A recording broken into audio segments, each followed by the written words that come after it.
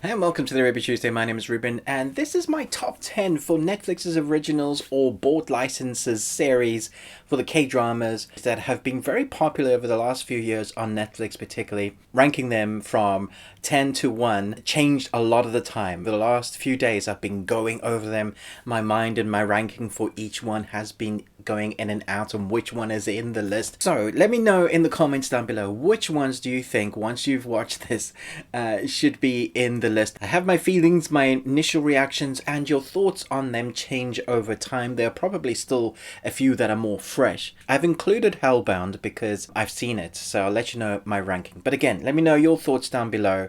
Let's jump into the top 10 Netflix original K-dramas, starting with number 10. The School Nurse Files. Wielding a light sword through the dark corners of a high school, a nurse with an unusual gift protects students from monsters only she can see. I was one of the few still to have reviewed this, which I find really weird because it is one of those series that I think if there was a wider audience for it, people would really enjoy it. It has unique storyline, very interesting monsters. The design of these creature, ghost, goblin things is more kind of a supernatural power entity that this girl with this weird power stick has to, almost like a lightsaber, like a multicolored lightsaber. I really enjoyed it for what it was. I do wish they had carried on with it because I think there was space to do more with it. When it came out, there weren't many people talking about it. I think had the marketing, I think it would have been much more popular. I really enjoyed this. This is why it's crept in there at number 10. There are a few honorable mentions that I could mention that I haven't made it into the number 10, but suffice to say, this is definitely one I enjoyed. Number 9, The Uncanny Encounter. Noodle shop employers by day and demon hunters by night. The counters use special abilities to chase down malevolent spirits that prey on the humans. This is one of those series where you get a character that is kind of thrust into a world, whether it's supernatural or superpowers. It's a fish out of water story, and then they want to be part of that story. And I really like the kind of X-Men-ish superhero vibe that you get with this, but with the supernatural powers. Each of the noodle shop employees have very quirky, different characteristics that I really appreciated. Often over-embellished or very over-the-top characters, but there was some heart to this which I liked, especially with the fish out of water character, and that's why this crept in at number 9. Number 8, Alice in Borderland. A group of bored delinquents are transported to a parallel wasteland as part of a universal game. Now, Alice in Borderland was one that I wanted to stick higher in my list because of the enjoyment I had from it. I do think it was a little long. I thought it was very enjoyable, but it's a trope or an anime trope that we've seen in anime many times. It's not really original or fresh, but the set design and the characters I thought were really interesting, and that's why I thought, oh, okay, having an enclosed story and then seeing what those characters do with that, end up trying to survive, it's always an interesting story. So we've seen it before, which is why it's so low in the list, but it definitely is one of those that I really enjoyed watching what the characters got up to, enjoyed in a really like, oh, okay, who's going to survive? I don't know if anybody's going to survive this one. A lot of fun. Number 7, Hellbound. And you might be thinking, oh no, this is just coming up, and Ruben really enjoyed this, but now he's ranking it at number 7. Like I said, really tough to rank series here. I really enjoyed Hellbound. The one issue I did have with it is that it strings you along, and the lore that you find out, I'm still trying to do non-spoilers because the full series review hasn't come out yet.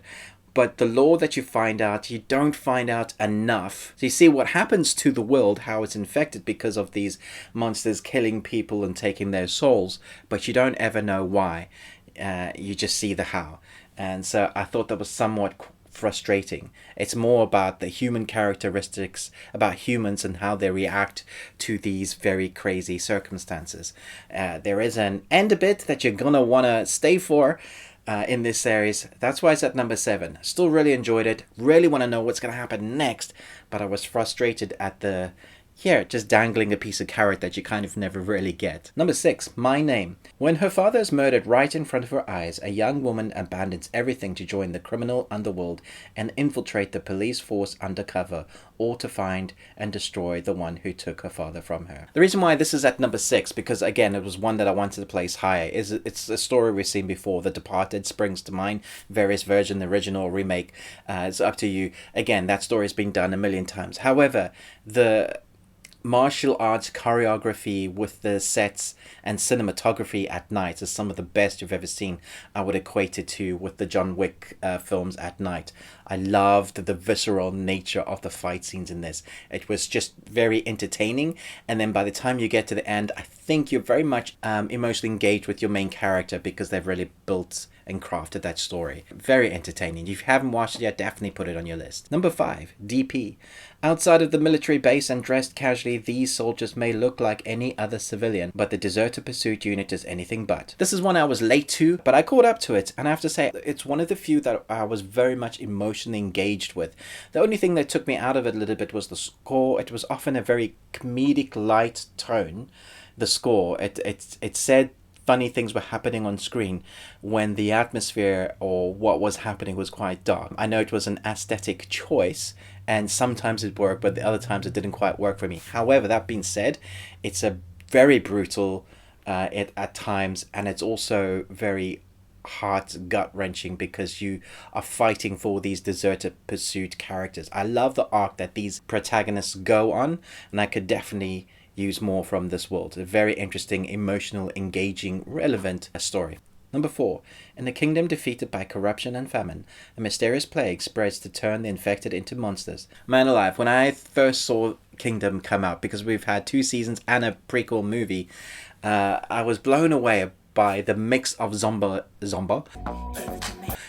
genre. We've had zombies done to death, but this one takes like grand set pieces, amazing costume design, some interesting fight sequences, and then has a zombie ghoul threat in there, a plague that is like terrorizing people, and then you just add that into the kind of the politics of the world, and you end up with some of the best TV. Never mind, wherever it comes from, it's just some of the best and most interesting TV. I thought this would be my number 1, but such is the greatness of the next few, is that it's at number 4. 3. Squid Game. Hundreds of cash-strapped players accept a strange invitation to compete in children's games.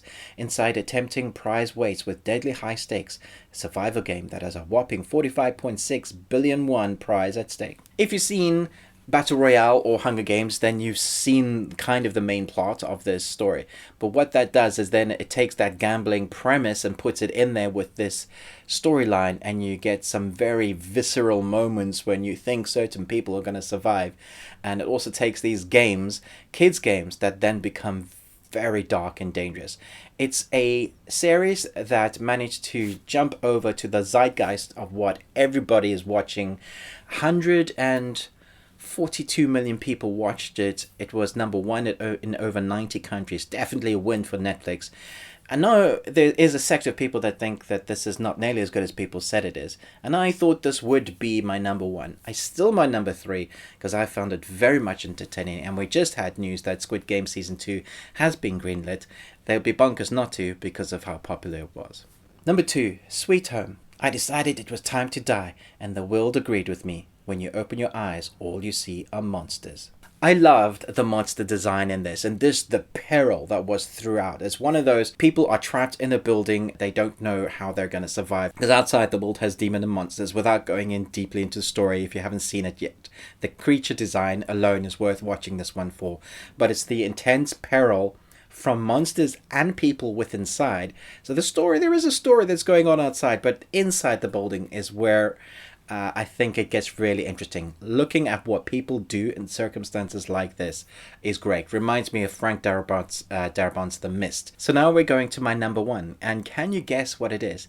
This is one that not a lot of people spoke about. In fact, I don't think there's many reviews for it. Move to Heaven. Upon his release from prison, an ex-convict becomes the guardian to his nephew with autism spectrum disorder, thinking it'll be an easy ride. But as soon as he works alongside him in a family's trauma cleaning business, he realizes there is more to this job and more to the idea of family than he first thought. This series took my wife and I by surprise, and unashamedly, we shed a few tears in most of the episodes.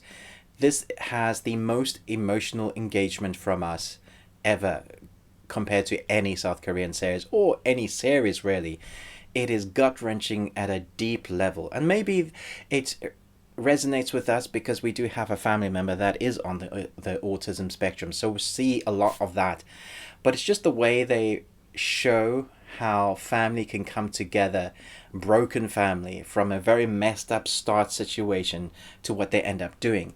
And so you end up going on a broken family who help other people in their worst moments, where family members have died, and they end up cleaning these rooms, and it's just gross and nasty. And then this cleaning company with this autism spectrum young man and the uncle end up helping those families, and so it becomes this really engaging, thoughtful, hard to watch series that I loved. But the more I think about it, the more sad I get. It's just emotionally gut punching. And that's why it's my number one. I thought it was incredible storytelling, very well acted, and definitely could stand to see more. Let me know in your comments below, which is your number one? Which do you think should be the number one? Have you heard of Move to Heaven? I would love more people to watch this. Again, chat to me in the comments. Thanks so much for watching this. I hope you enjoyed something different. But most of all, until next time, remember, live long on Tuesday.